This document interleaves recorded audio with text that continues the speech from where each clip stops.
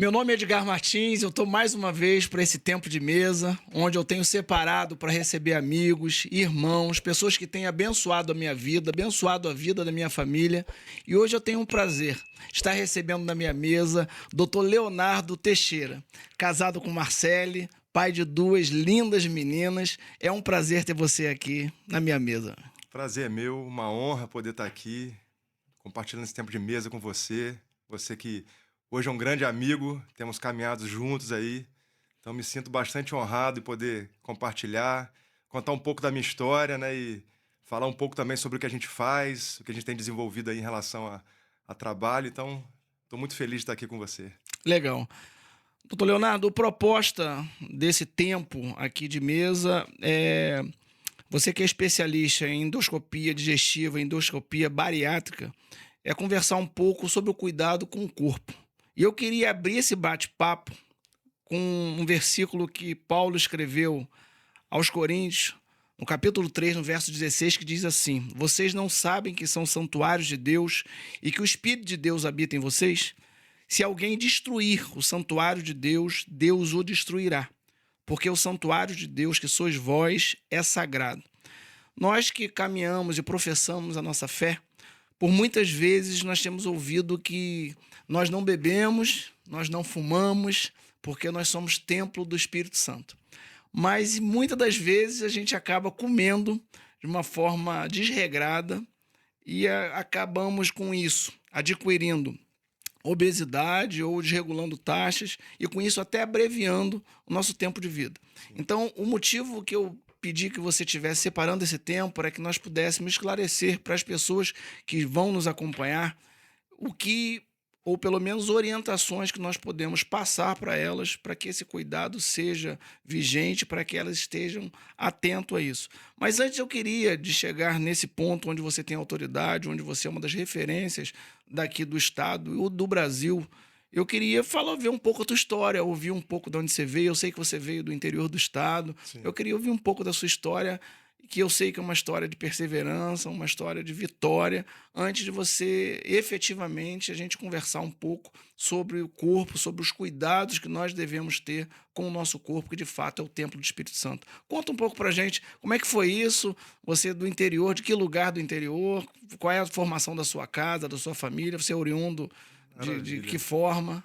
Vamos lá. Eu me mudei para Niterói há pouco tempo, foi por causa da Marcele, mas a minha história é bem longa até chegar aqui, né? Então, eu sou nascido em Santo Antônio de Pádua, que é a cidade que é a nossa referência lá, só que eu fui criado num distrito de Pádua, que é um lugar ainda menor, que chama-se Monte Alegre. É uma pequena cidadezinha, é um distrito de Pádua que tem 4.000 habitantes, então é muito pequeno. É uma cidade que tem 3 ruas e, assim, é bem pequenininho mesmo. Você vê que Pádua só nasce gente boa, que minha mãe também é de Pádua. Aí, ó, Então tá minha vendo mãe só? só nasce gente fina, né? Você não nasceu em Então, Pádua, não? não, nós Aí, não estamos então de perdeu a Pádua. oportunidade. Mas então, nasci lá em Pádua, fui criado em Monte Alegre, né, até os 17 anos, que, né, depois me formei, aí tive que sair para poder estudar, né, mas desde muito jovem sempre tive um empenho muito grande e um cuidado muito grande também com o corpo, né? Eu acho que isso é fundamental e hoje o que eu tenho pregado e, né, através do nosso trabalho desenvolvido é parte do que eu já vivi mesmo, do que eu tenho vivido, né? Então não é só chegar e falar para a pessoa: "Ó, você tem que fazer isso", não. A gente tenta também dar o exemplo, né, de como foi, de como é feito e como a gente tem feito para as coisas funcionarem e então darem certo. Mas, estudei em colégio público, né, até a 8ª série, depois fui para Pádua para poder estudar, me preparar para poder então fazer a faculdade. Deixa eu te interromper. Você é de família classe média, média alta, média baixa? Qual era o poder Então, aquisitivo da sua família? Lá em eu Pádua. é uma cidade muito pequena onde todos somos éramos muito humildes lá, né. Meus pais, né, vieram de uma condição de posso dizer até que de miséria, uma situação bem difícil, que eles não eram de Monte Alegre, eles eram de uma roça de Monte Alegre. Então, assim, moravam na roça mesmo, num sítio, né, com muita dificuldade, todas as dificuldades maiores ainda naquele tempo, né, para você conseguir dar aquele primeiro passo e romper. Então, eu sou filho de pais bastante humildes. Meu pai boiadeiro, trabalha até hoje, trabalha com isso. Ele hoje faz compra e venda de boi, mas minha mãe foi professora durante um tempo, né, quando mais jovens. E depois a gente começou a desenvolver um pouco mais os nossos negócios em relação ao comércio. Então, eu comecei a trabalhar muito novo. Quando eu conto a minha história, eu comecei com 7 anos de idade a trabalhar. E é engraçado porque, assim, eu tenho muitas pessoas que testemunham isso. Quando eu começo a contar a história, eu falo assim, não, isso é verdade. Então, com 7 anos, eu comecei a vender coisa na rua. Era uma cidade muito pequenininha, meu pai tinha roça. Ele levava leite, queijo, ovo, e eu saía pela rua vendendo. Com 7 anos isso. Hoje eu olho para minha filha, com 6 anos, eu falo, é inimaginável, né? Algo do É. tipo assim, mas a gente vê que as coisas eram um pouco diferentes antes. Sua mãe era do lar. Minha mãe do lar, quando eu era bem novinho, até os 7 anos ali, trabalhava como professora um tempo e depois ela foi para o comércio. Que aí meu pai, a gente começou a conseguir conquistar algumas coisas e meu pai sempre com comércio foi fazendo. Então, com 7 anos eu trabalhava ali, meu pai trabalhava na roça e ele também naquela época trabalhava carregando caminhão de areia, fazendo frete para um lado e para o outro. Então, meu pai foi um homem que trabalhou muito também para conseguir, né, nos ajudar. Ah, após ali 9 anos, eu lembro que meu pai montou um depósito de gás e eu era o responsável do depósito de gás com 9 anos. Eu que vendia, eu que comprava, eu que entregava. Como não era muito grande mesmo a cidade, era mais fácil. E tem uma história até que eu tinha um skatezinho que eu botava o botija de gás em cima e saía arrastando pela cidade o gás para poder fazer as entregas. Depois de 12 anos, meu pai, a gente foi crescendo, né? Ele comprou um posto de gasolina, depois colocou um bar no posto, um restaurante, e aí o negócio foi andando. Com 17 anos, eu passei na faculdade de medicina e tem uma história até muito intrigante. Meu pai, ele não queria nem que eu estudasse na época. A minha mãe me apoiava sempre em relação a isso, mas meu pai, ele queria que eu ajudasse nos negócios ali. Ele me fez até algumas ofertas na época. Não, não vai estudar não, que eu vou te dar um carro, vou fazer não sei o quê. Aí não. Acabou que eu, graças a Deus, eu tomei essa decisão de sair para estudar, me formei, estudei, comecei em Nova Iguaçu e depois eu voltei para Itaperuna. E por que medicina? Da onde saiu você? Você tinha esse tempo, trabalhava com ele, provavelmente ajudava em todas as demandas do comércio, Sim, desde arrumação, como carregar outras tudo. coisas, e fazia toda essa gestão ali dentro do negócio. Que momento que você fala assim, pô, vou estudar? Quem foi? Alguém te incentivou, falou assim, poxa, e direcionou você para a medicina, para É, estudar e para depois para a medicina? sim. Eu tenho muito claro que desde sempre minha mãe muito me incentivou em relação a isso. Ela sempre, eu acho que foi algo assim que ela determinou na minha vida, na verdade, quando eu já era bem novinho, ela sempre falava assim: "Meu sonho é que você seja médico, que você estude, faça medicina, que você tenha seu consultório e que você coloque seu nome na porta do consultório". Isso é algo que a gente até fala. Quando ela chegou na nossa clínica hoje, que eu tive a oportunidade, né, de conquistar, de ter essa clínica, hoje ela chegou lá e falou assim: "Cadê o nome na porta?" Eu falei assim: "Não, mãe, só não tá com o nome, mas a clínica tá aqui, tá bonita, tá funcionando, realizamos o nosso sonho". Então, realmente foi. E é uma vida de uma luta muito grande ali, né, que a gente teve, todos juntos. Meu pai, ele formou 2 filhos médicos, então, assim, que é algo bastante difícil, né, para quem mora no interior, que tem essa vida difícil e apertada como foi. Mas graças a Deus, com muito empenho dele, nós também, eu sempre cheguei muito junto, minha irmã também sempre trabalhou. Então, uma família unida que trabalhou, determinada, com sempre Cristo à nossa frente. Meu pai, ele não era um cristão frequentador de igrejas, mas a minha mãe sempre foi, então ela me criou dentro da igreja, frequentando, participando, cantava no coral. Então, assim, sempre fui muito presente na igreja, até esse período aí onde eu fui para a faculdade, depois eu acabei me distanciando um pouco, mas acho que o início da história é mais ou menos assim. Tá, e aí você vai para tem essa indicação da sua mãe, mas você não tinha nenhum sonho enquanto estava carregando lá, vendendo o teu gás, fazendo toda a sua demanda lá, não tinha nenhum apontamento, nem você sonhava com isso, nem porque normalmente a gente, quando vê essa história de bem-aventurança como a sua, e eu conheço, a sua história atual, a gente normalmente tem desde o início a pessoa tem aquele sonho, tem aquele projeto, não foi o que passava por você, você estava bem, focado no negócio com seu pai naquele momento inicial da sua vida. Eu acho que assim, ela plantou essa semente no meu coração e isso de uma forma eu sempre tive aquilo ali dentro de mim, né? E quando eu cheguei no momento onde eu tinha que definir o que eu faria, né, que é na época do pré-vestibular, ali eu já tinha certeza que era a medicina que eu queria e eu realmente gostava muito. E me preparei para fazer, né, a prova e então entrar para a faculdade de medicina. Mas foi uma determinação dela.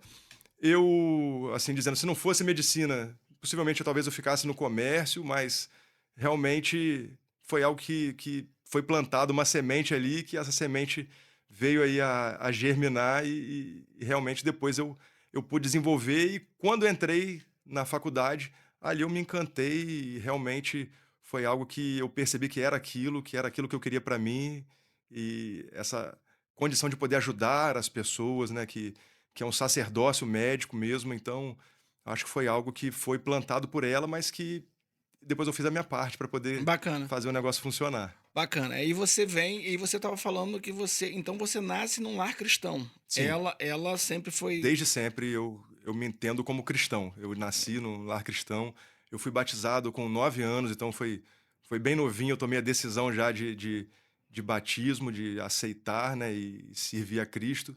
Então eu fui criado já, apesar do meu pai não ser cristão, não frequentar. Inclusive, a primeira vez que eu tive na igreja com meu pai foi agora, quando eu fiz 40 anos, que ele veio aqui na Lagoinha comigo de surpresa e foi para mim, assim, muito emocionante estar com meu pai ali na igreja, que realmente meu pai nunca tinha ido na igreja comigo e foi algo que mexeu muito Legal. comigo, fiquei muito feliz. Meu pai, apesar de não ser cristão, ele sempre foi uma pessoa de muitos princípios, né? Então, independente, né, dele estar à igreja, ele era uma pessoa que você via nele que existiam os princípios cristãos ali, que ele era um homem bom, correto, trabalhador e realmente foi algo que trouxe para nós uma criação, né, com uma base cristã. Certo. E aí você com 17 anos, depois de provavelmente o joelho dobrado da sua mãe algumas noites que você não viu, fruto de tudo isso, você tem essa possibilidade e aí você faz a prova e passa para Isso. medicina. E aí você vem para cá? É, eu quando fiz a prova, eu na verdade tentei 2 provas de vestibular, uma que foi em Itaperuna, que seria mais próxima da minha casa, e a outra que era aqui do Rio. E eu passei na prova do Rio. E meu pai, cara, ele tinha assim verdadeiro pavor do Rio de Janeiro. Ele não queria que eu viesse, foi uma luta, um enfrentamento mesmo com ele ali, para falar assim: "Não, calma, vou, depois a gente tenta transferir". Mas foi isso, eu exatamente desse jeito. E nesse momento tua família já tinha recurso, pelo menos para te manter Já aqui, tinha. já É, tinha. não havia sobra, né, era um recurso bastante escasso, mas meu pai já tinha condição de pagar pela faculdade. Assim, não, como eu disse, algumas dificuldades, depois do terceiro período eu consegui uma bolsa de estudos, né, que me ajudou muito, nos ajudou muito ao longo da faculdade aí, então, a partir do terceiro período eu consegui uma bolsa aí de 50%, então eu pagava metade da faculdade. Aí quando eu falo, né, se conta assim para os meus amigos, como eu fiz uma faculdade particular, eu fiz uma das faculdades mais baratas. Na época era R$ 700 que a gente pagava de faculdade. Então, era algo que não é 700 de hoje, mas quando a gente para pensar, fala assim, cara, foi algo que ajudou Era muito uma outra essa realidade, né? bolsa, era uma realidade diferente. Foi meu tio que havia conseguido essa bolsa para mim lá, através de relacionamento que ele tinha. Então, foi algo que nos ajudou muito. Beleza. Aí você vem para cá, para Niterói, fica esse período. Foi exatamente o período que você conheceu o Marcelo aqui? Não, eu estudei aqui, aí eu voltei para Itaperuna. Já Aí formado? não, eu voltei para Itaperuna no quarto período. Aí fiz o final do meio para o final da faculdade toda em Itaperuna, e a Marcela eu conhecia de vista lá de Itaperuna. Eu já havia visto ela algumas vezes. A gente tem uma diferença de idade de 9 anos, então, quando era 19, 20 anos, isso era uma diferença que era bem notável, né? Eu nunca tinha tido a oportunidade de conversar, de conhecer realmente ela, mas já havia visto, e a gente foi se conhecer, foi depois que eu já havia me formado, eu já morava em Campos nessa época, eu trabalhava em Campos e ela estudava aqui em Niterói, e entre indas e vindas eu decidi me mudar para Niterói. Foi uma decisão muito acertada, graças a Deus a gente tomou essa decisão. E aí a gente começou a namorar, ficamos aí 3 anos, né, namorando e depois nos Mas casamos. você se muda para Niterói, então não foi por conta da profissão, foi por causa de Marcelo. Eu me mudei por causa da Marcele. Que É, paixão, hein? é. Foi realmente uma decisão, né, muito difícil, mas bem acertada, né? A gente tem convicção disso, que foi uma decisão muito bem tomada. Pela dificuldade que eu tinha de ficar transitando, né, todo final de semana indo e vindo, e realmente chegou um momento onde eu falei assim: não, eu preciso de tomar uma decisão de parar, porque eu tô me arriscando nessa estrada, estava perigoso, então tomei a decisão de vir para cá e aqui fiquei. Estamos aqui há 14 anos praticamente em Niterói e graças a Deus as coisas fluíram muito bem aqui, profissionalmente, tudo foi acontecendo de uma forma progressiva. E aí, quando você chega aqui, você ainda não tinha portas abertas, não tinha tanta oportunidade. Como é que você começa a construir essa jornada que te levou a chegar até no status que hoje eu conheço? Quais É, foram os desafios, quais foram as etapas foram que você muitos teve? desafios, né? Eu não conhecia absolutamente ninguém em Niterói. Eu cheguei Só formado. só formado. Era médico, já tinha me especializado em endoscopia digestiva.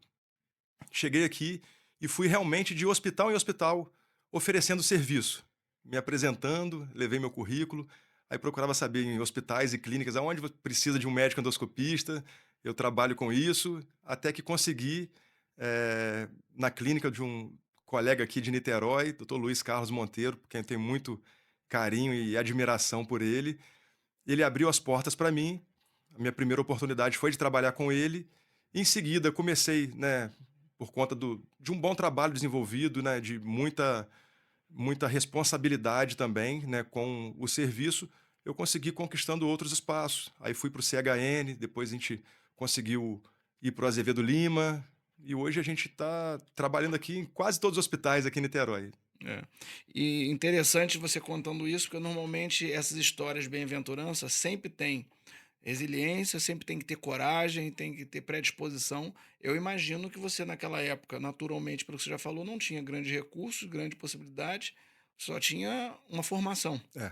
Mas você falou o seguinte: mas com essa formação é o suficiente para mim Eu bater na ti porta. eu tinha ousadia, coragem, uma paixão, né, e muita vontade e sempre muito bem disposto a trabalhar também. Eu acho que isso foi algo que fez toda a diferença.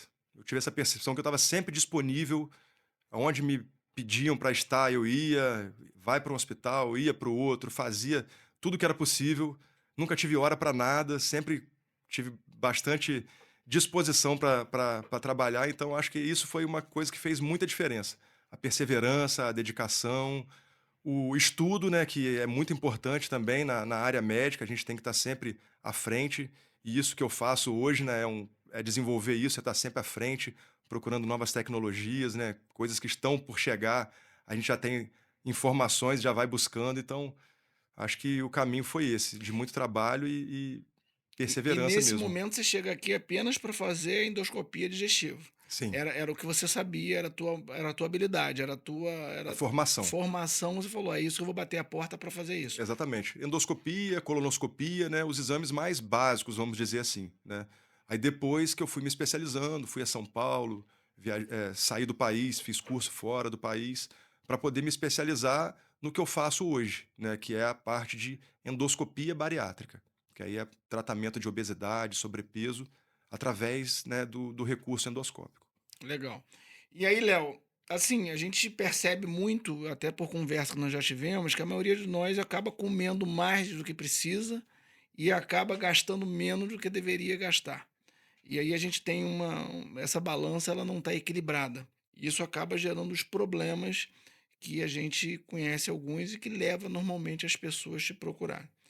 E aí, que momento que você sente o seguinte: eu posso, através do meu chamado, da minha vocação, eu posso mudar um pouco, sair um pouco apenas desse tipo de trabalho e começar a ajudar pessoas. Teve algum momento ou isso foi mera fatalidade? Teve algum marco? Teve alguém? Teve alguma situação, algum parceiro, alguém que te fala assim: Léo, tem uma oportunidade aqui? Porque eu vejo hoje, conhecendo você, e eu não vou pegar de trás para frente, mas eu sei que hoje você ajuda muitas pessoas. Você consegue abençoar pessoas, você consegue levar pessoas a se realizarem, até melhorar a sua situação física, emocional, e outras coisas mais.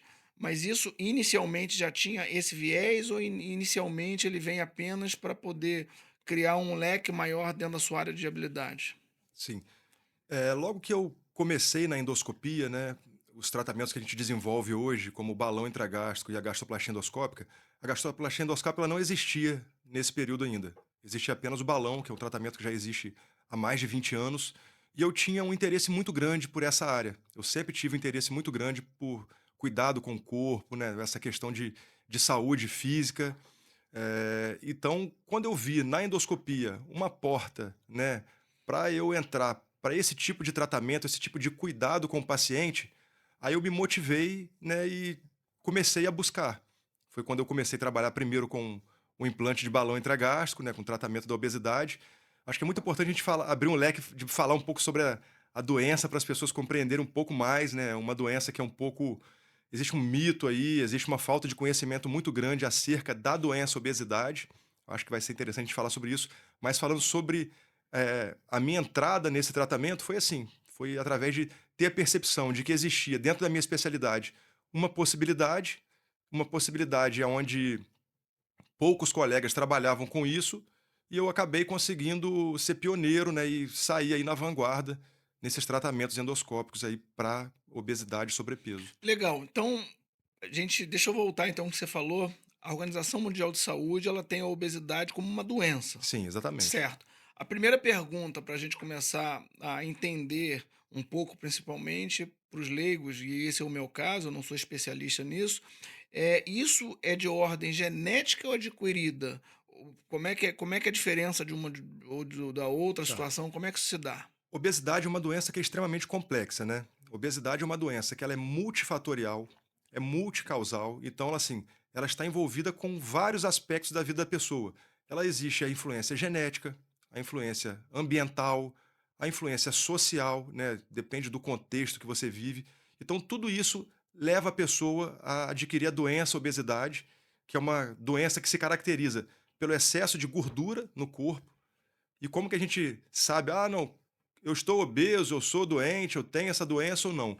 A gente foi desenvolvida uma classificação, né, a gente tem como referência o IMC, que é o Índice de Massa Corporal, que ele diz, através desse IMC, se o paciente ele tem um peso normal, se ele tem sobrepeso, se ele tem obesidade, qual é o grau de obesidade, que a obesidade é dividida também em 3 graus, né, então, através do IMC, é uma primeira referência que nós temos. Ela não é a melhor referência, naturalmente a melhor referência é a composição corporal, é a gente saber realmente o que que a gente tem de gordura, de músculo, porque muitas das vezes só o peso, ele pode ser algo que às vezes engana um pouco. Posso citar o meu exemplo, por exemplo, eu sou uma pessoa que tem bastante músculo. Se eu for fazer o meu IMC, vai aparecer lá que eu tenho sobrepeso, mas quando eu faço a minha bioimpedância, ela me mostra que eu tenho uma composição corporal onde tem muito músculo, pouca gordura, então a referência ela é um pouco falha em algumas situações, mas o que nós temos como base para referência hoje é o índice de massa corporal, que a gente chama de IMC, e o sobrepeso. É quando esse IMC está acima de 25, entre 25 e 29,9, e a partir de 30 já é considerado como obesidade. A obesidade é uma doença estabelecida já com características próprias dela. Conceito da obesidade, ela é uma doença crônica, ou seja, ela é uma doença que é incurável, é uma doença que ela é insidiosa, que ela vai progredindo, a pessoa não tem a percepção na maioria das vezes, e quando você vê, é porque normalmente você já tem ali alguns outros problemas associados que vão te levar a despertar para esse cuidado com a obesidade. Mas é uma Tá, doença que é bastante perigosa e a gente tem que ter um cuidado muito especial com esse paciente. legal. Mas e voltando na pergunta que eu fiz ainda há pouco, ela pode ser tanto de ordem genética e tanto de ordem adquirida pelo É, ambiente, pelos como hábitos, são pelo costume. muitos fatores, elas podem ser de ordem genética, de ordem ambiental, pode ser por algum momento onde o paciente está passando por algum problema psicológico que leva ele a consumir, às vezes, um alimento mais calórico e acaba desequilibrando ali aquela balança, né, onde a gente fala que é preciso de ter o equilíbrio para que você não ganhe peso através de uma ingesta moderada de alimentos e a prática de atividades físicas. Então, a gente tem uma taxa metabólica basal que a gente fala, né, que é onde você tem direito de se alimentar até aquela quantidade de calorias ali.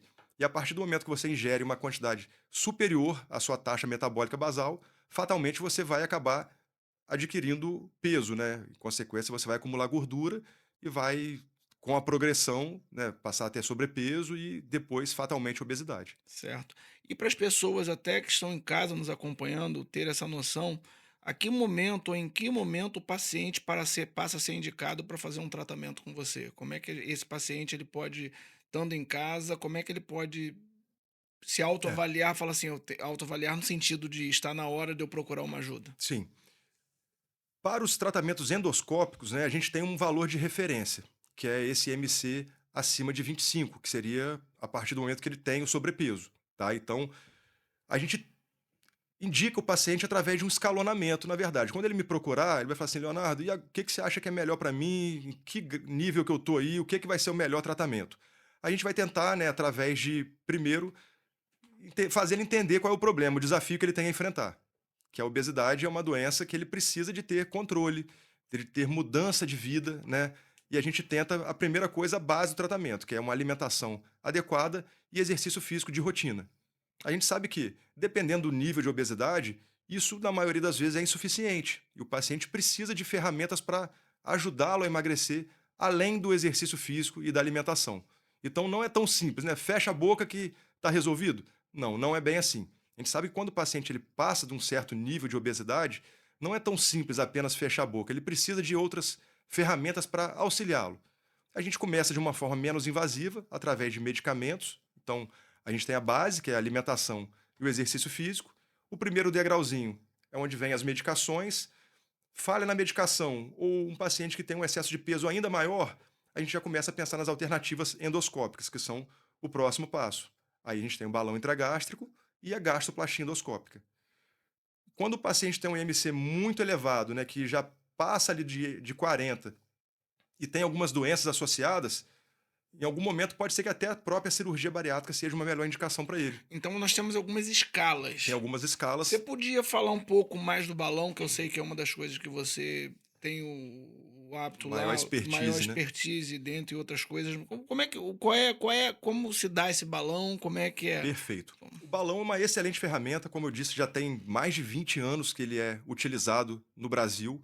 Então é um tratamento muito efetivo e muito seguro também para tratamento de sobrepeso e obesidade. O balão nada mais é do que uma prótese de silicone que é colocada no estômago de forma temporária. Nós temos hoje no Brasil 3 tipos de balão. Um balão que ele não precisa de endoscopia, que é o que nós chamamos de balão deglutível. Ele é um balão que é para um paciente que precisa de perder um pouco menos de peso, vamos dizer assim. Aquele paciente que tem ali, que a gente fala que um sobrepeso leve, precisa de perder de 10 a 15 quilos. Depois a gente vai para os balões endoscópicos, que Esse são. balão, normalmente, qual é o tempo de resultado desse? Então, é um tratamento que tem a durabilidade dessa prótese de 4 meses. É um balão que ele é deglutido, a pessoa vai engolir uma cápsula, ele vai ficar dentro do estômago ali, né, ajudando ele a ter mais saciedade, a comer menos, durante 4 meses. Esse é o balão colocado apenas por deglutição, sem endoscopia. Não precisa de anestesia, não precisa de endoscopia, é apenas deglutido, posicionado no estômago, e o paciente começa então o tratamento com o balão. Certo. E nós temos, como diz, 3 tipos de balão. Os outros 2 são os balões endoscópicos, que é o balão de 6 meses e o balão de 12 meses. E sendo que o balão de 12 meses, nós temos também 2 tipos. O balão que é reajustável e o balão não Me reajustável. perdoe a falta de conhecimento, mas a pergunta é a seguinte: esse balão tem por fim apenas diminuir o espaço do estômago, ocupar parte do espaço para. Ocupar parte do estômago para promover maior saciedade para o paciente, para que ele sinta, né, essa saciedade precoce e prolongada com menores volumes alimentares. Ou seja, de certa forma, o balão vai obrigar a pessoa a comer menos. A gente tem, né, na clínica, não só. O tratamento não consiste apenas também na implantação dessa prótese. A gente tem uma equipe multidisciplinar especializada com nutricionista, psicólogo, médico nutrólogo, onde todos nós vamos apoiar, tratar, cuidar e acompanhar esse paciente durante 6 a 12 meses no mínimo. Então, o nosso tratamento ele envolve uma mudança comportamental através de profissionais especializados, altamente qualificados, nutricionista, psicólogo. Então, todos nós juntos aí para poder tentar cercar esse paciente e ajudá-lo nesse processo de mudança de vida, de mudança de vida mesmo. Eu falo que tem que mudar o ambiente familiar, tem que mudar a forma como você está vivendo. E eu falo que eu dou o exemplo da lei da semeadura nesses casos, que as pessoas às vezes ficam plantando a mesma coisa todo dia, aí acha que vai tomar um remédio e vai resolver, e só o remédio vai fazer com que ele consiga ali o resultado. E a pessoa não está disposta a mudar o plantio. Aquelas pessoas que entendem que a gente tem ferramentas para poder impulsionar, ajudá-lo a emagrecer, são as pessoas que têm resultados incríveis, fantásticos e duradouros, né? Porque como a obesidade é uma doença, né, dos conceitos lá, crônica, progressiva e fatal, nós não estamos disponibilizando um tratamento que vai curar definitivamente o paciente, mas é uma ferramenta que vai ajudá-lo a sair da inércia do lugar onde ele está, atingir uma perda de peso, um emagrecimento, que ele não esperava perder de uma outra maneira, não era. A gente tem estatísticas, né? Que a gente fala. Tudo que eu falo é baseado em evidência científica. Então, eu tenho uma expectativa dentro do tratamento média no balão intragástrico, em torno de 20% do peso total. Ou seja, 20%. aqueles pacientes que precisam de perder em torno de 20%, eles são muito bem indicados para o tratamento com balão. E sempre sabendo que é uma média, né? Tem pacientes que ali, quando a gente fala de média, eu pego um estudo científico, tem 1.000 pacientes, eu faço um corte, qual que foi a média de perda de peso? Tem gente que perde 30%, 40%, 10%, mas nós temos uma expectativa média de 20% de perda de peso no tratamento com balão. E todo esse aparato, ele é altamente necessário porque me parece, pelas conversas, pelo que se fala, pelo que se lê, que me parece que é muito a questão também da mentalidade, né? Não é só uma questão do que se come. Ele tem que mudar É, todo o hábito de vida eu acho que dele. é principalmente uma mudança de mentalidade. Eu acho que é uma mudança de mindset mesmo. É entender que se você não estiver disposto a mudar de vida, fatalmente você vai acabar perdendo para a doença, porque a tendência da doença é a progressão. Ou seja, o paciente que me procura hoje, às vezes ele leva aí 3, 4 meses para poder tomar a decisão de realmente começar o tratamento. A gente já tem essa percepção que de 3, 4 meses ele já ganhou 3, 4, 5 quilos e está vendo que o negócio está desandando. Aí ele vai e toma a decisão: ó, agora eu vou me tratar.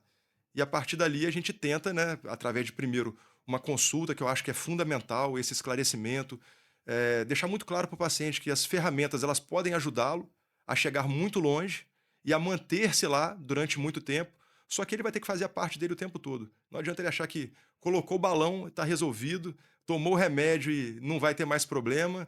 Não é assim, não é tão simples, pelo contrário, é extremamente difícil e complexo o tratamento da obesidade, mas sim envolve principalmente essa mudança do comportamento em relação à alimentação, ao exercício, essa reorganização familiar que tem que ter. É desafiador você tratar a obesidade. Imagina você tratar sozinho dentro de uma casa, onde você está se restringindo de um monte de coisa e o resto da família está ali esbanjando a mesa cheia, fazendo um monte de coisa É, inadequada. Então, assim, é preciso de ter essa compreensão de mudança do ambiente, porque o ambiente, ele é determinante. A gente vê que nos interessante estudos isso. apontam que o fator ambiental, ele é mais preponderante do que o fator genético. Então, assim, a pessoa pode ter uma genética desfavorável, mas se ele estiver num ambiente favorável, dificilmente ele vai desenvolver a doença obesidade, por mais que ele tenha uma genética. Então, ele tem o genótipo, mas o fenótipo, que é a expressão disso, que é através da sua vida, da forma como você vai viver, você pode conseguir controlar. Eu dou até o exemplo da minha casa mesmo. Meu pai, se a gente for ver meu pai hoje, meu pai é uma pessoa que está acima do peso, ele tem aquela barriguinha que não toma chopp, mas é bem parecido com uma barriguinha de chopp. A minha mãe, ela tem problemas também com excesso de peso, ela vive numa luta constante e eu não tenho esse problema, porque eu, desde sempre, né, tenho uma decisão de vida de ser atleta de verdade, jogava futebol, vôlei, beach tênis, estou sempre envolvido em algum tipo de esporte, faço musculação desde os 15 anos e eu nunca parei. Então, é realmente um desafio muito grande, não é fácil, é difícil, mas com apoio, com pessoas certas, né, com pessoas corretas te apoiando, te ajudando, é possível ter bons resultados aí e resultados duradouros.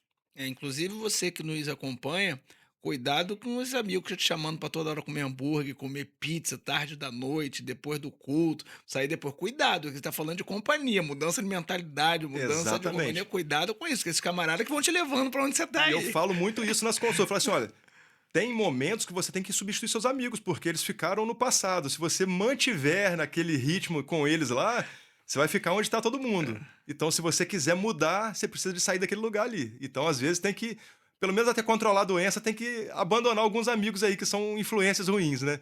E isso em todos os sentidos da vida. A gente sabe que tem coisa que você tem que mudar. Eu dou o exemplo sempre do casamento. Eu falo assim, ó, casou, você escolheu mudar de vida. Não adianta você achar que vai continuar casado, vivendo uma vida de solteiro, vai dar ruim. Então não adianta que você pensar que vai tratar a obesidade, controlar ela, vivendo uma vida de obeso. Você não vai conseguir controlar. Então tem que ter essa mudança mesmo de virar a chave aí, tem que mudar. Legal.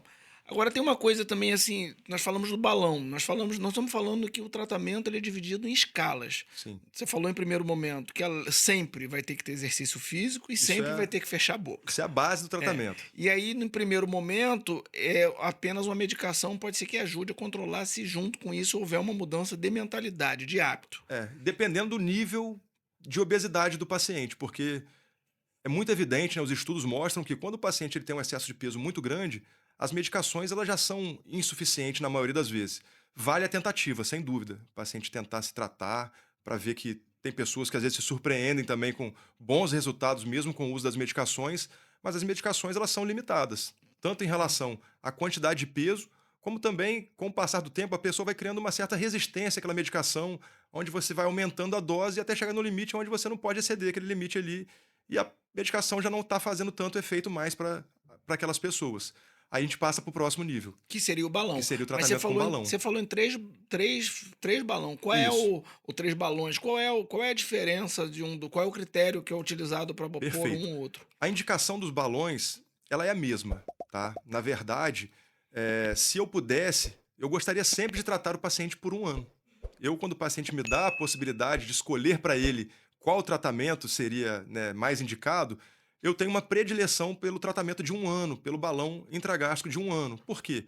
A gente vai ter a oportunidade de usar a ferramenta durante 1 ano para ajudar ele, além de acompanhá-lo com a nossa equipe multidisciplinar durante todo esse tempo.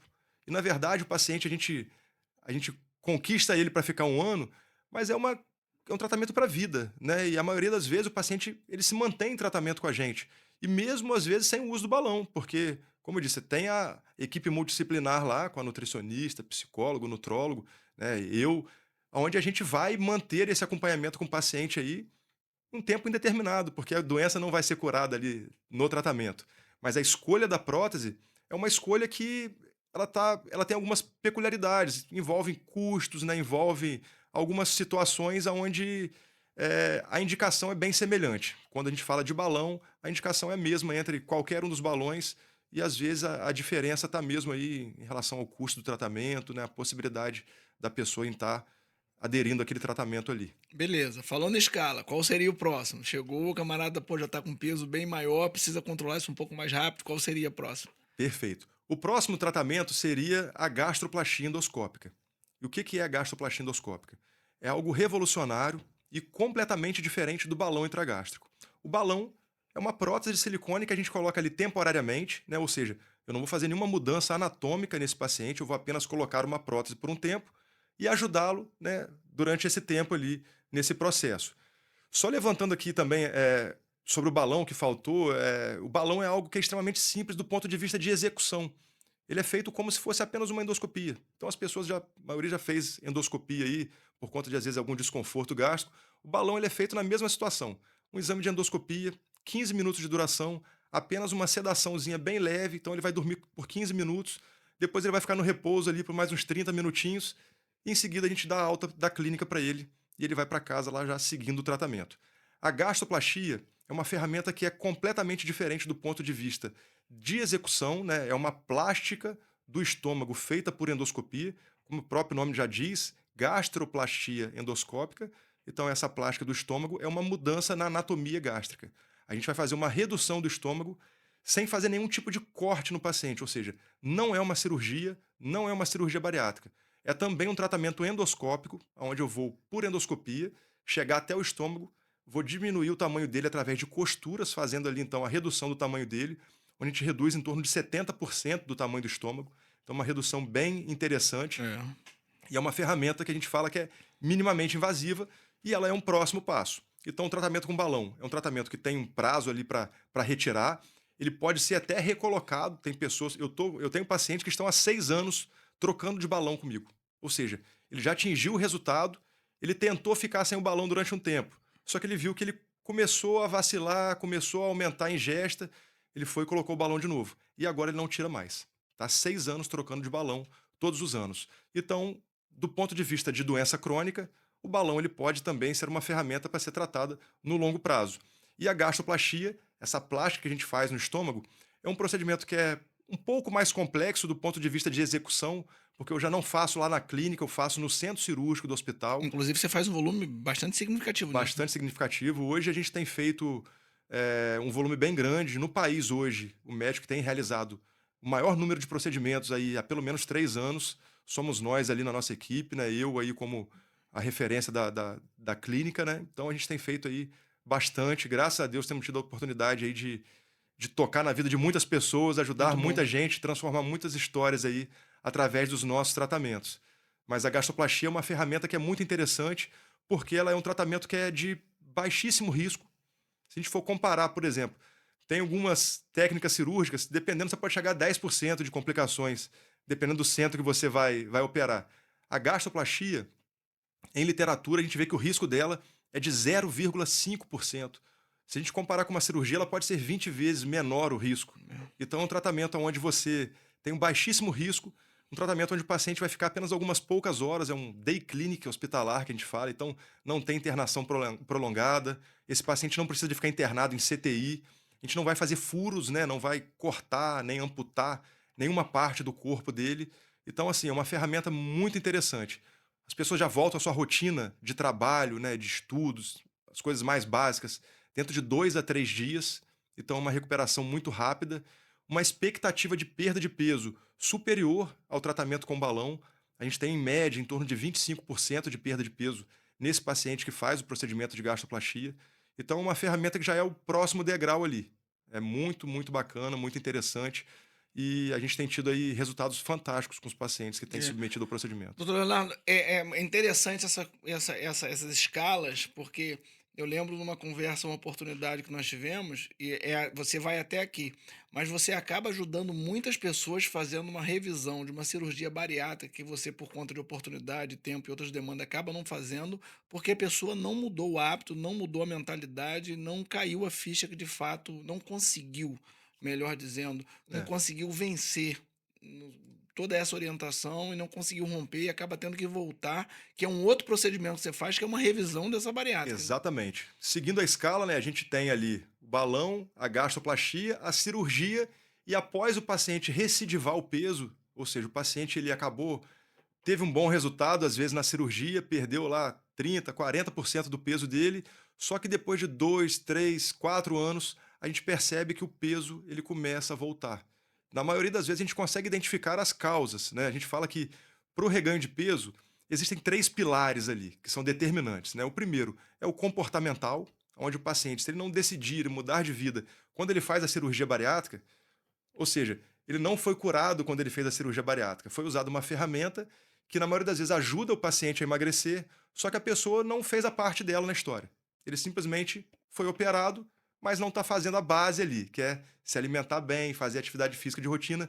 E estamos falando dos pilares, são 3. O comportamento, o acompanhamento multidisciplinar. O paciente ele continua obeso, só que está com a doença controlada. Ele não deixou de ser obeso quando ele foi operado, quando ele botou o balão, ele controlou a doença.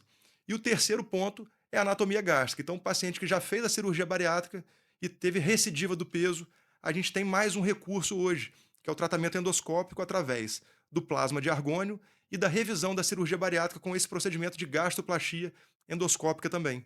Então, é mais um artifício para ajudar esse paciente que está recidivando peso após os E tratamentos. é comum esse paciente tem um índice alto das pessoas que fizeram a cirurgia bariátrica e precisam depois voltar para fazer essa revisão ao longo do tempo? Infelizmente, é algo muito comum e a gente, quando fala de reganho de peso, a gente está falando de uma taxa bastante alta de reganho de peso. Em torno de 40% dos pacientes que fazem a cirurgia bariátrica, ou seja, o paciente foi submetido ao procedimento maior que existe, né, para Brasil. controlar a doença, ele consegue controlar, ele recidiva peso e a gente acaba tendo que, de novo, fazer uma intervenção para voltar a ajudar ele a caminhar novamente de uma forma mais correta, adequada, para que ele volte a emagrecer. Então a gente tem hoje aí esse recurso da redução do estômago pós-cirurgia bariátrica para ajudar esse paciente que está tendo reganho de peso. Então, em torno de É. 40% das pessoas acaba reganhando peso. Naturalmente, a gente que está do outro lado da mesa e não tem o privilégio de estar acompanhando essas pessoas, a gente não tem a noção plena do desafio assim que é, né? Primeiro manter, talvez até de reconhecer que tem a doença, né? Porque a gente acaba lidando com isso E me parece que isso é muito parecido com um cartão de crédito que demora a chegar a fatura. Você vai usando, usando, usando, usando, usando, quando a fatura chega, para uns chegam mais rápido, para outros Exatamente. mais demorado, mas quando chega, toma susto quando chega É, a fatura. como eu disse, é a lei da semeadura. Você vai acabar colhendo em algum momento aquilo que você está plantando, né? A hora vai chegar. E às vezes chega através de outras doenças, onde você vai ter a percepção. O paciente vai ter diabetes, pressão alta, apneia do sono, esteatose hepática, que são doenças muito graves e de potencial até de fatalidade. Então a gente vê que a doença ela é muito complexa, ela é recidivante, ela é incurável e depende exclusivamente da pessoa mudar de vida. A pessoa ela tem que ter a compreensão de que, se ela não estiver disposta a mudar de vida, eu até aconselho, às vezes, o paciente fala assim: olha, se você não está disposto a mudar, não é hora de você fazer nenhum tratamento ainda. Segue aí, vamos ver até onde vai dar, mas a conta vai chegar. Então, às vezes, essa fatura aí, ela chega mais rápido, para outros demora um pouco mais, mas é inevitável. Um outro ponto que normalmente a gente comenta, não com um profissional, e agora eu estou tendo a oportunidade de conversar com você sobre o assunto, é o seguinte: a literatura aponta que existe uma expectativa de vida muito menor para as pessoas que são obesas. Mas existem as pessoas que não são obesas, mas que também têm uma qualidade de vida no que diz respeito, um apontamento, um compromisso menor com o exercício, e tem algumas até, inclusive, que são magras, têm os exames normais e acham que estão bem. E chega um determinado momento, elas são surpreendidas com algumas doenças. A gente pode classificar apenas como pessoas com um grau de risco maior, o obeso, ou as pessoas também que têm uma vida sedentária, porém aparentam estar um pouco mais fininha, também estão incluídas nessas pessoas que estão envolvidas nessa zona de risco por conta do sedentarismo? Sim, algumas doenças ela têm característica genética, então elas serão inevitáveis, né? Algumas doenças, como alguns tipos de câncer, né? Até o diabetes. Outras são, elas acabam acontecendo por conta de complicações da obesidade. Então, essas que evoluem por conta das complicações da obesidade são doenças que elas podem ser evitadas. Então, se o paciente não permitir que a obesidade avance, ele não vai ser diabético no futuro. Ele não vai, né, de repente ter uma hipertensão e em algum momento fazer aí um infarto do miocárdio, ter complicações graves que podem acontecer com a bariátrica, com o paciente obeso. Então ele tem que ter essa consciência de que, se ele está com excesso de peso, ele precisa de se cuidar, porque a tendência é que essa doença vá avançando. E às vezes a gente tem como referência só a quantidade de peso, aquilo que a gente começou falando ali, onde na verdade não é só o IMC, mas a gente muitas vezes vê pessoas que aparentam não ser obesas, mas que têm uma composição corporal muito ruim. Então, o famoso falso magro, né? A pessoa não tem aquela aparência, mas quando você faz, por exemplo, um exame de bioimpedância, você vê que é uma pessoa que tem um percentual de gordura altíssimo, desproporcional à quantidade de músculo. Então, é aquilo onde a gente aconselha: olha, você tem que fazer atividade física, tem que fazer musculação. Você precisa de mudar a sua composição corporal. A esteatose, que é uma doença do fígado, que é o acúmulo de gordura no fígado hoje, ela causa mais cirrose do que bebida alcoólica, do que algumas doenças que causavam antes, doença de Chagas, que era uma doença muito comum em alguns lugares de Minas. Então, a obesidade é uma doença que traz a esteatose, que vai virar cirrose. Esse paciente ele pode desenvolver depois varizes de esôfago e morrer de hemorragia digestiva. Então, olha a complexidade da É. doença. É uma doença extremamente grave. Eu, às vezes, eu dou como exemplo assim: tem alguns tipos de câncer, né? Por exemplo, câncer de colo, que é algo que eu trabalho. Você identificou, você pegou numa fase ali inicial, você consegue operar o paciente, ressecou aquela parte ali e o paciente está curado do câncer. E a obesidade, infelizmente, você pode operar, você pode dar remédio, você pode fazer. Até hoje não existe nada definitivo quando se fala de obesidade. A gente sabe que as ferramentas elas auxiliam, ajudam, as pessoas precisam dessas ferramentas para poder se tratar, porém, não existe um tratamento definitivo. Fala assim: ó, faz isso aqui que está resolvido, você não precisa de fazer mais nada. Então, às vezes, as pessoas que ficam se automedicando, e né, hoje está na moda essas canetinhas emagrecedoras aí, a pessoa vai na farmácia, compra e só compra aquilo.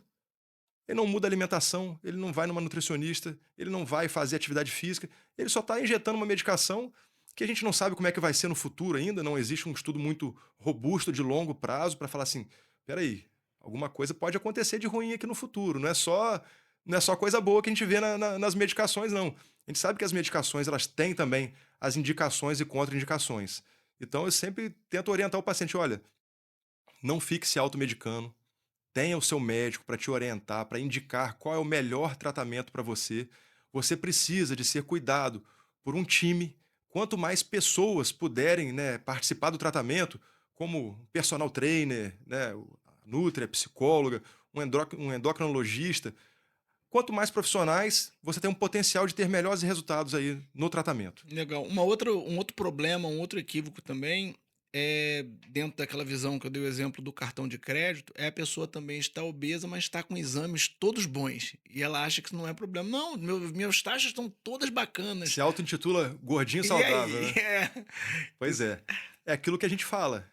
A conta ainda não chegou, mas essa conta possivelmente ela vai chegar em algum momento. Então, assim, sabe que está doente, tem excesso de peso, está com obesidade, você tem que se cuidar. Por mais que seu corpo esteja ali resistindo bravamente, onde as taxas não se alteraram ainda, ou às vezes tem algumas coisas já tocadas ali, você tem que acender essa luz, o alerta e falar assim: não, eu preciso de me cuidar, preciso de procurar um profissional que seja qualificado, uma equipe para poder cuidar de mim e ter essa consciência que é muito importante de que não adianta eu colocar balão, tomar remédio, fazer cirurgia bariátrica, se eu não estiver disposto a mudar de vida. A mudança de vida é o que vai determinar o sucesso no longo prazo. As pessoas que não mudam de vida, elas fatalmente terão recidiva da obesidade. Ela não é curada, ainda infelizmente não existe um tratamento definitivo. Então, dentro do que nós temos aqui, a alimentação e o exercício físico, eles são as bases aí do tratamento. Isso não tem previsão de mudança. Bacana. Outra coisa que eu te pergunto, é mito ou é realidade? Me parece que muitas pessoas falam assim, cara, eu não como nada. Eu como muito pouco, eu não sei por que que eu engordo. A pergunta é a seguinte: é, de fato, existem pessoas que comem pouco, existem pessoas que se alimentam pouco e acabam ganhando muito peso? Então, a gente tem que analisar muito, tem que apurar bastante isso aí, porque muitas das vezes as pessoas subestimam o que elas comem. Então, às vezes a pessoa fala assim: Leonardo, eu almoço um pouquinho, aí janto um pouquinho e não como mais nada. Mas eu falo assim: vamos fazer uma coisa aqui, vamos tentar anotar tudo que você fez ao longo do dia em relação à sua alimentação. Porque às vezes as pessoas estão fazendo as coisas e nem percebem que estão fazendo. Então, assim, quando a pessoa tem um acesso muito fácil a algum tipo de alimento, que eu sempre aconselho a não ter, por exemplo, em casa, eu olho e falo assim: olha, tem coisa que você não pode ter em casa, porque a facilidade, se tiver um chocolatinho, pedaço de bolo, você toma um café, aí vai. Às vezes você almoçou pouquinho, e depois na janta você vai comer pouco. Mas o que você come com a mão, às vezes é o que te engorda. Então as pessoas às vezes ficam preocupadas com o prato, que é o que você come ali com garfo e faca, e o que você está comendo com a mão, você não faz essa conta. E na É, verdade é onde é o maior erro alimentar. E muitas das vezes as pessoas falam assim: ah, Leonardo, eu tomo muito suco, são coisas que são saudáveis, né? Aí eu falo que tudo depende muito, porque o próprio suco, se ele não estiver dentro de um plano alimentar adequado, você vai acabar excedendo ali a quantidade de calorias. Por exemplo, um copo de suco de laranja, ele tem ali 7 laranjas espremidas. Tenta imaginar você pegar 7 laranjas, descascar aqui e chupar uma por uma. é, Ninguém faz isso. Mas você toma ali 2, 3 copos de laranja, então você está ali tomando 20 laranjas. É é. inimaginável. E quando a gente vai ver a quantidade de calorias que tem nisso aí, é algo absurdo. Você já, só desses 3 copos de laranja aí, praticamente foi o que você tinha direito no dia. Então imagina somar isso, o seu almoço, ao seu jantar. Então uma coisa que tem é que as pessoas às vezes subestimam o que realmente eles estão fazendo, por não perceberem ou por não se organizarem realmente, mas existe algo que a gente chama de taxa metabólica basal, onde algumas pessoas, por um metabolismo mais lento realmente, eles têm uma dificuldade maior em emagrecer e uma grande facilidade em engordar. Então imagina, vou dar um exemplo de mulher, são os casos mais clássicos assim. Mulher, todo dia chega no meu consultório mulheres com a taxa metabólica basal de 1.200 calorias. Você vai ver lá, ela não tem praticamente massa muscular nenhuma, 20% de músculo e o resto gordura, 40, 50, 60% de gordura. Ou seja, essa paciente, ela tem uma taxa metabólica basal baixa, ou seja, ela tem direito de comer muito pouco. E ela precisa de Entendi. fazer o quê? Aumentar essa taxa metabólica basal, ou seja, se a gente não aumentar ela, a pessoa, por mais que esteja comendo muito pouquinho, ela vai acabar engordando. Então ela come pouco só que às vezes coisas hipercalóricas, já vai passar ali daquelas 1.200 que ela tinha direito. Então, assim, um pouquinho às vezes a mais que come, acaba engordando. E as pessoas às vezes ficam também se comparando, né? Ah, tenho a mulher e o marido. A mulher às vezes fica comparando assim, ah, não, a gente come aqui, nossa, eu como menos do que ele, não sei por que que eu não emagreço e eu tô aqui engordando, e ele não engorda, ele tá lá.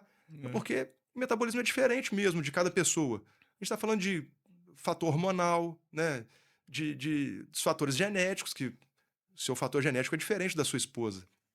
Então, tudo isso tem uma influência muito grande. Mas a ingesta calórica é o que vai fazer a doença avançar.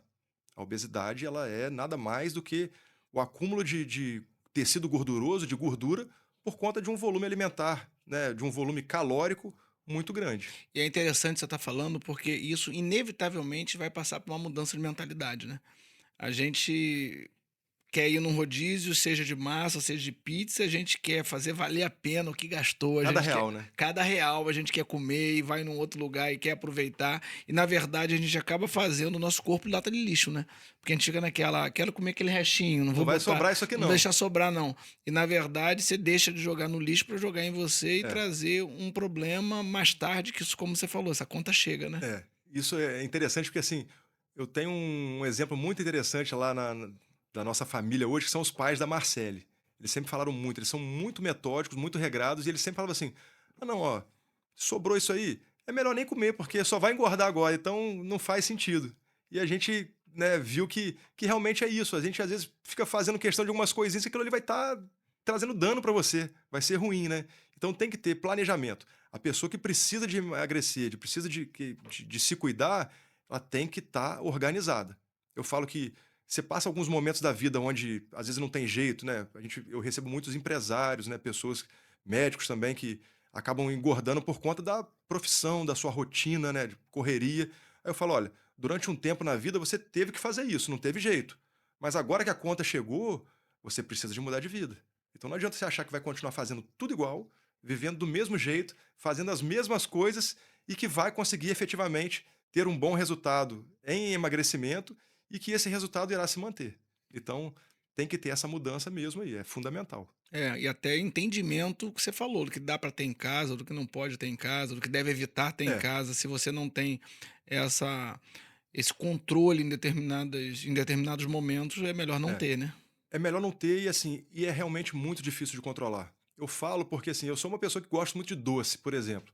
E na minha casa, se eu chegar em casa, tiver um pedaço de bolo lá, ou um doce, qualquer coisa, cara, eu vou pegar um café e daqui a pouco eu pego um pedacinho, aí depois eu vou de novo e vai. O que que eu peço para as meninas? Quando elas aparecem lá em casa, às vezes com alguma coisa do tipo, um pedaço de bolo, essas coisas assim, eu vou lá, tiro o meu pedaço e falo assim: olha, pelo amor de Deus, leva isso aqui embora. Eu não posso ver, eu não posso ver. Então eu falo assim: ó, tira daqui, eu tenho meus desafios também, como todo mundo, mas eu tenho vencido dessa forma. Eu não me exponho a algumas situações. Isso é bíblico até, né? A gente não pode se expor, porque senão você acaba vacilando, né, você acaba Exatamente. pecando. Se você se expor ao mal, você vai acabar caindo ali em tentação e vai realmente para um lugar ruim, né. É. Doutor, uma dos vilões dentre as todas as dificuldades que a gente tem, você falou um chocolate, outro um bolo, tudo é o açúcar.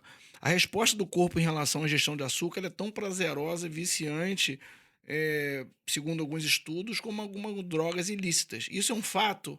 Isso é um fato. O açúcar, ele é altamente viciante, né. Na verdade, assim, quando a gente fala de obesidade, eu sempre convido os pacientes a uma reflexão de como foi a história da humanidade.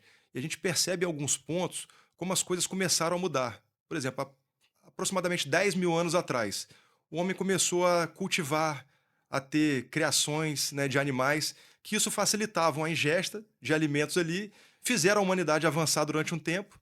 Só que há mais ou menos 200 anos atrás, nós tivemos aí a Revolução Industrial, que aí foi onde o negócio começou a desandar.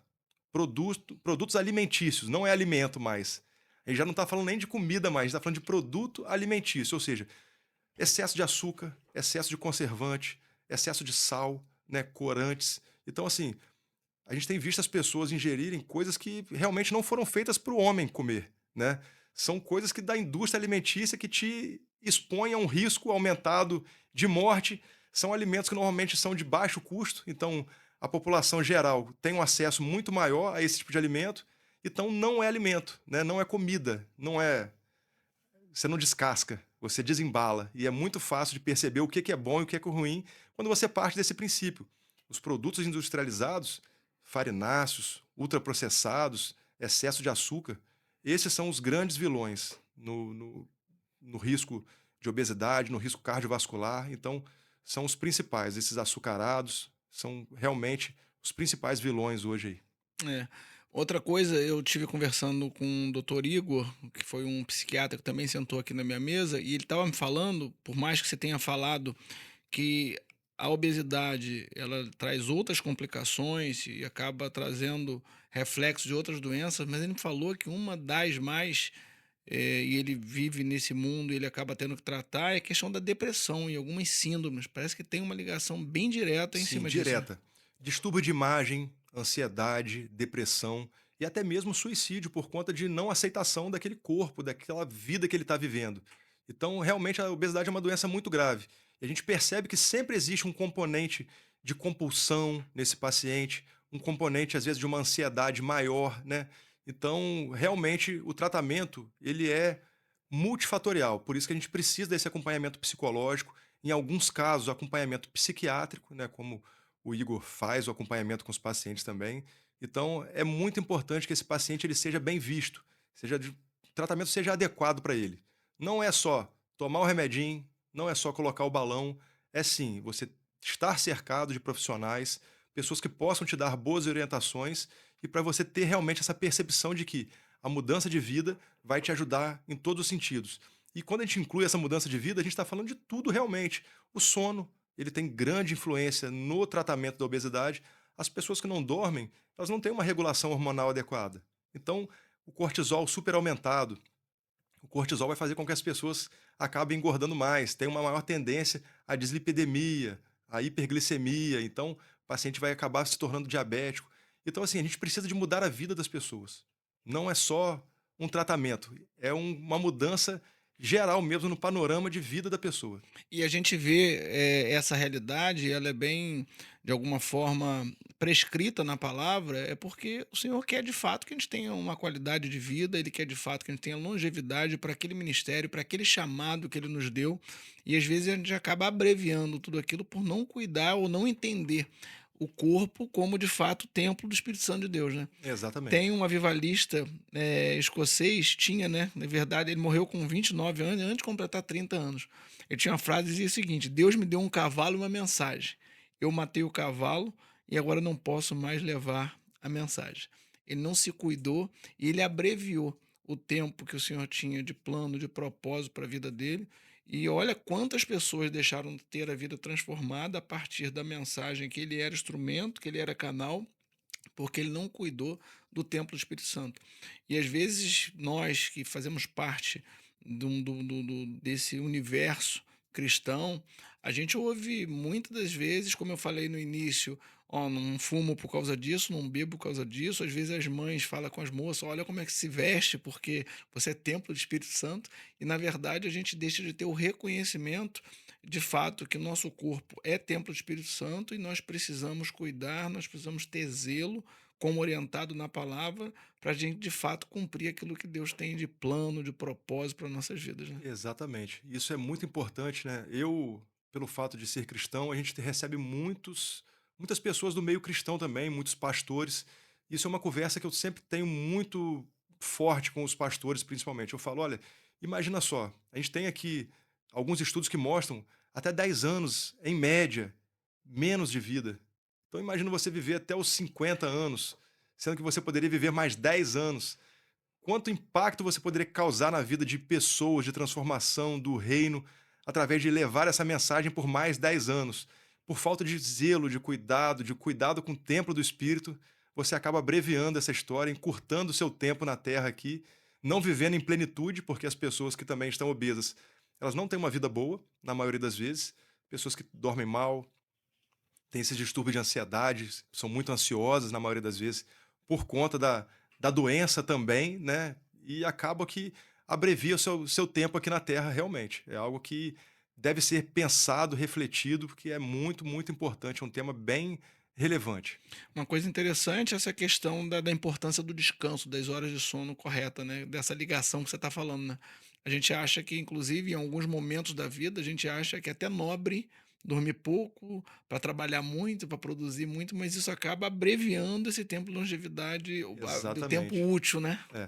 A gente não descansa, seu corpo está cansado, você não consegue pensar. Quem não tem tempo, acaba não tendo tempo nem para fazer nada, nem para ganhar dinheiro, nem para poder pregar, nem para nada, porque você acha que você está ganhando tempo ali, mas na verdade está perdendo no longo prazo, né? Você está encurtando os seus dias. A gente precisa de dormir, seu corpo precisa de descanso, né? A vida tem que ser equilibrada. A gente tem que, na verdade, buscar o ponto de equilíbrio.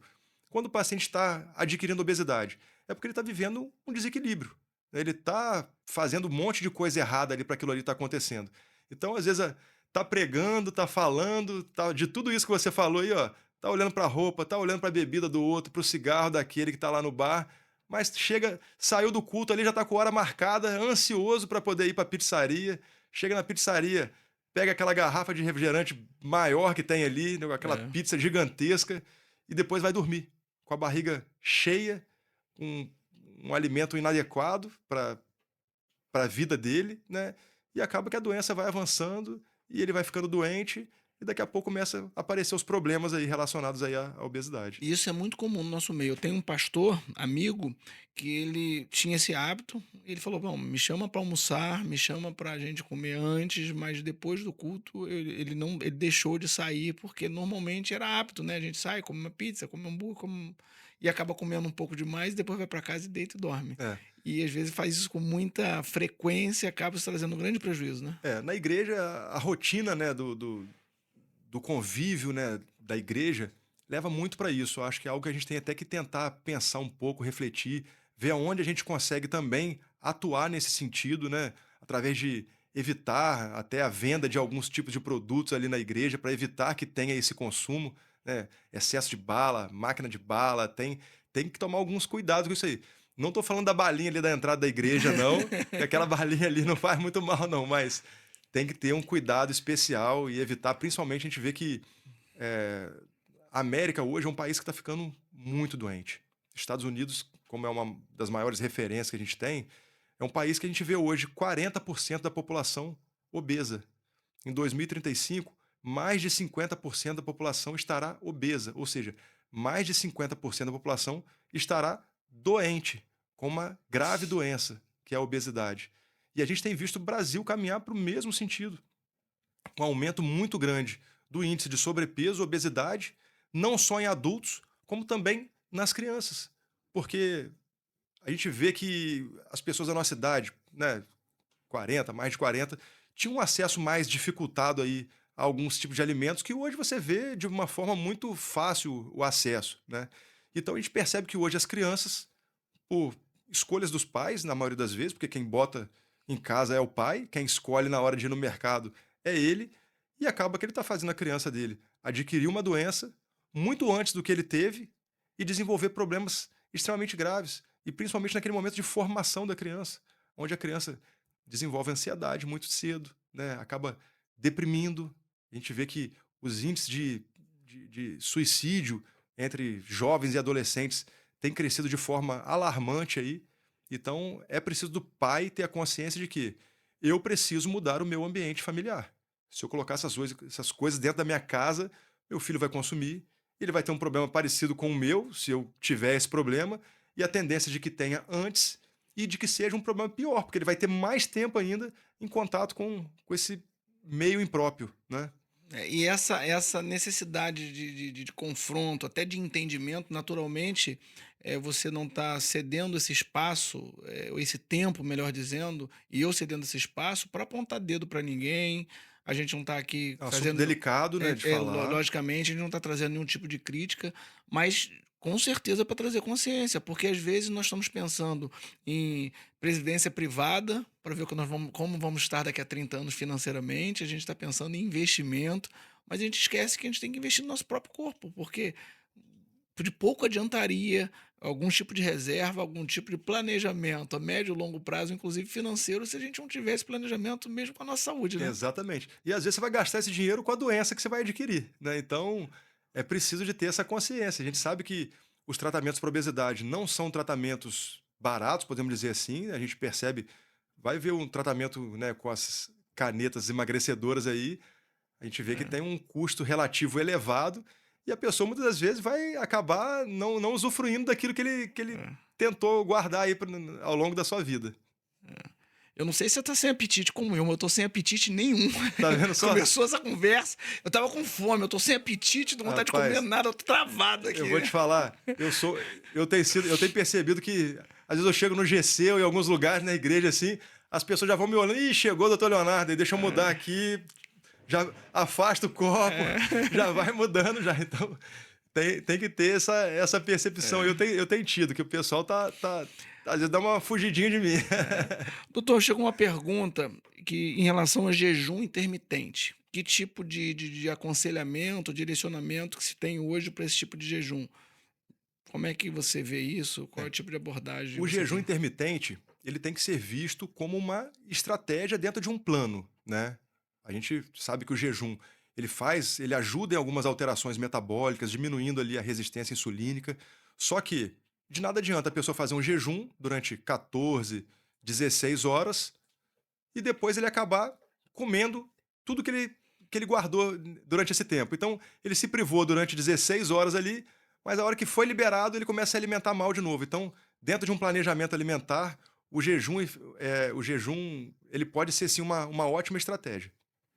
Obviamente, até porque nós estamos falando para muitas pessoas, não estamos tratando de jejum espiritual aqui, é um jejum estratégico para que de alguma forma tenha uma injeção, uma ingestão menor de Menor, calorias exatamente. para que Uma ele. melhora do metabolismo, né, para que ele consiga auxílio no emagrecimento. Então, o jejum intermitente ele pode ser visto como uma boa estratégia para ajudar.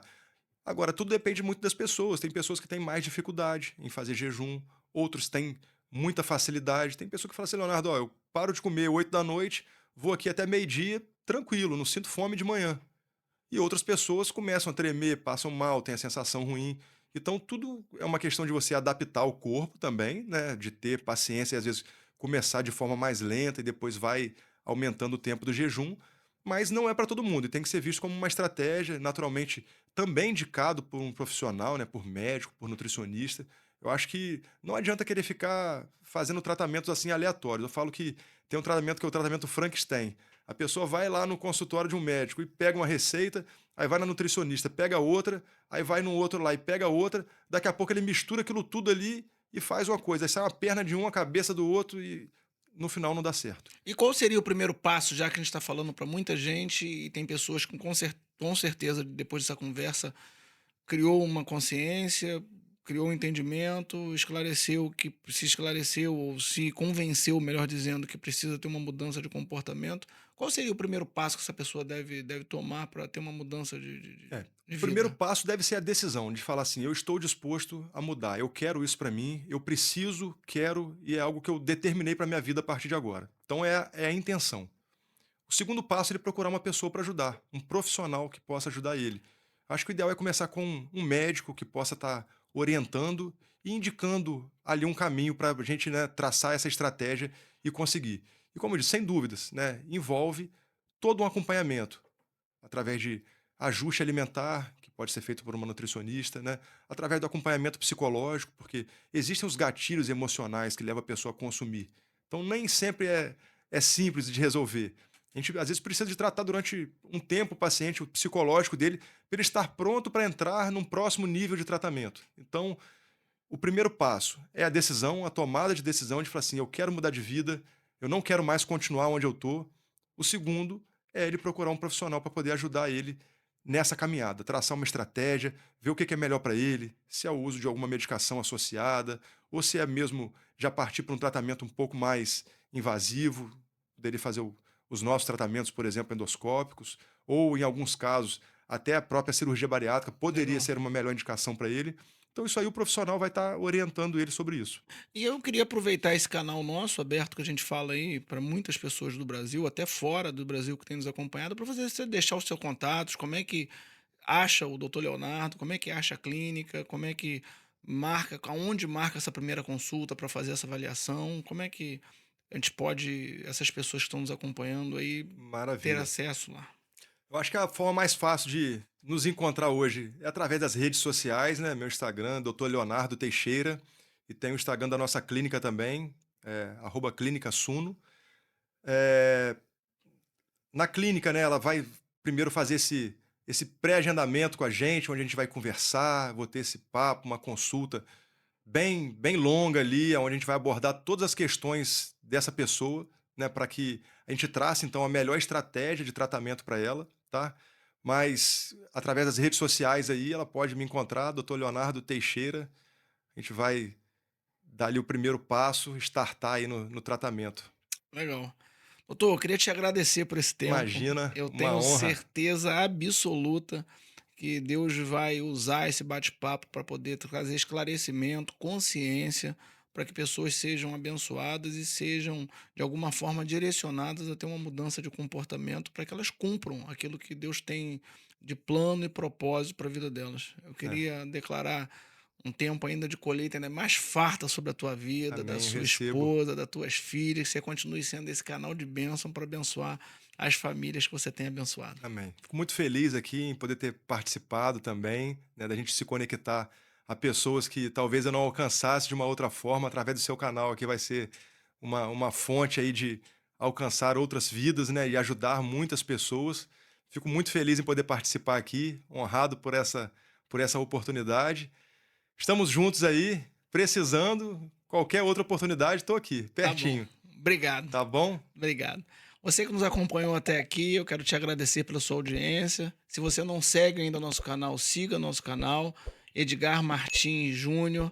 Se você ainda não nos segue no Instagram, aproveite também para seguir e ative o sininho, porque você vai ser notificado todas as vezes de conteúdo úteis como esse subir. Que Deus abençoe a sua casa, que Deus abençoe o seu coração, que Deus abençoe tudo que você tem empreendido e que essas realidades que nós conversamos aqui há pouco sirvam para instruir e para te trazer uma consciência para que você de fato mude também a sua vida, reconhecendo que você é templo do Espírito Santo e nós temos direcionamentos da palavra para nós cuidarmos do nosso corpo. Deus te abençoe em nome de Jesus.